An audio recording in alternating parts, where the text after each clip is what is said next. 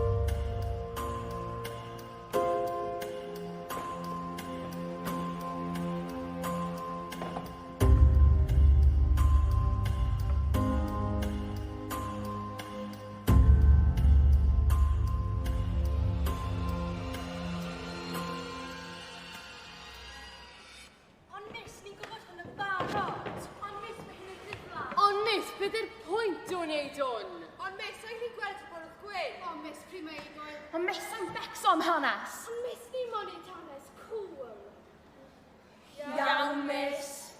Sorry, miss. Ni'n gwybod, miss. O beth am? Na, miss. Becca, miss. Pan fydd pobl yn croesi Pont Hafren ar ei ffordd o Loegr i Gymru, rhaid iddyn nhw dalu am ddefnyddio'r pont. Yr enw ar yr arian hwn yw toff.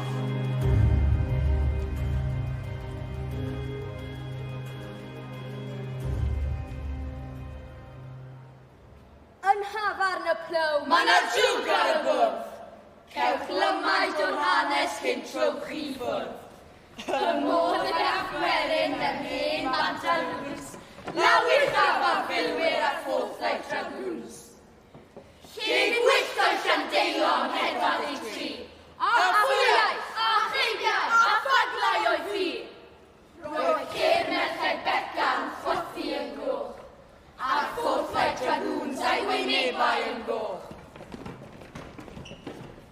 A cherdded yn rhydd? Rhyw nos a rhyw ddydd, mae Beca a'r merched yn cerdded yn rhydd.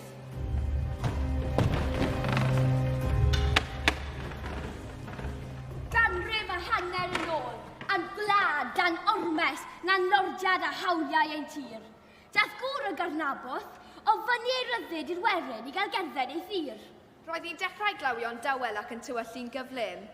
Teithiau ceffyl tro machart ar hyd y ffordd arw oedd yn arwain i dosborth y pentre. Yn y cart ysgefau Thomas Brynglas a'i wraig Sara. Yr oedd y fai wedi blino trwy oriau lawer yn merchnau Caerfyrddin, trwy'n gwerthu'r caws, ei fenyn ac ei wyau. Sara, wyddoch chi ar ôl talu a fynd trwy'r holl dosbarth. Faint sydd gyda ni ar ôl o'r arian a cawson ni yn y fachnad yng Nghaerfyrddin? 4 swllt ar ôl slafio ond bron yn agos i bythefnos i wneud y caws a'r menyn.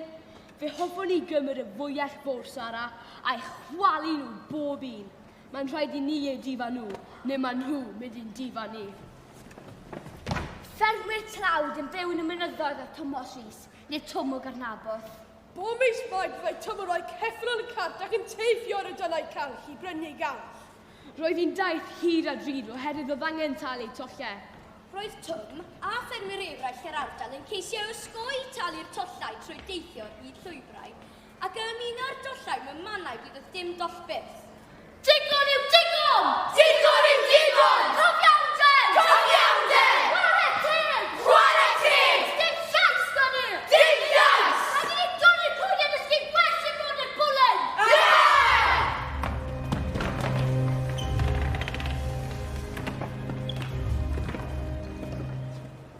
Yr unodd yr hanes ar draws i'r Gaerfyrddin yn enwedig yng Gwendraeth. Pwy aros os dosbarth a thalu trwy'n trwynau medrwn ni? Talu ti wyddonwyr cyfoethog? Yr hynny sy'n speaking the Queen's English. Weithiau, bydd taid yn mynd yn y dollau i'w talu ar ei daith. Mae 5 dyrbeg yn dod mewn i Caerfyrddin ei hunan. Cefn a throl, 6 dimau. I 20 o wartheg, swllt a 6 heiniol. I 20 o ddefau swllt. Does dim rhyfedd bod y bobl hyn yn malu'r clwydi ac yn bygwth ceidwad a tollbyr. Rhaid i ni wneud rhywbeth, ffrindiau. Dilynwch ni!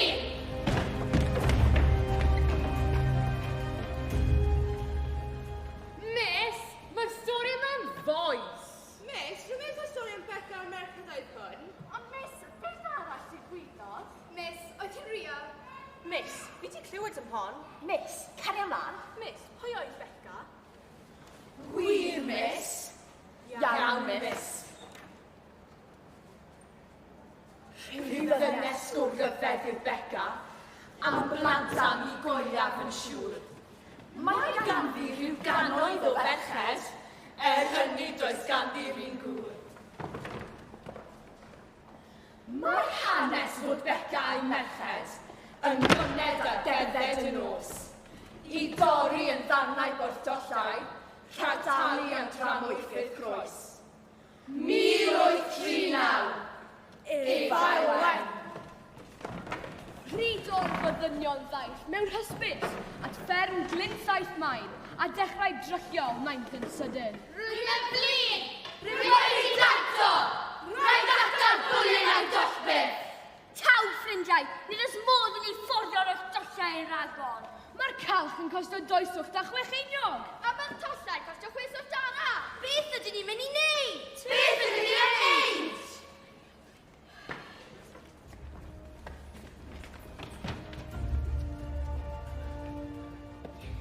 Pobl, rhaid ni dorri'r clwyd i dysgu gwerthu nhw!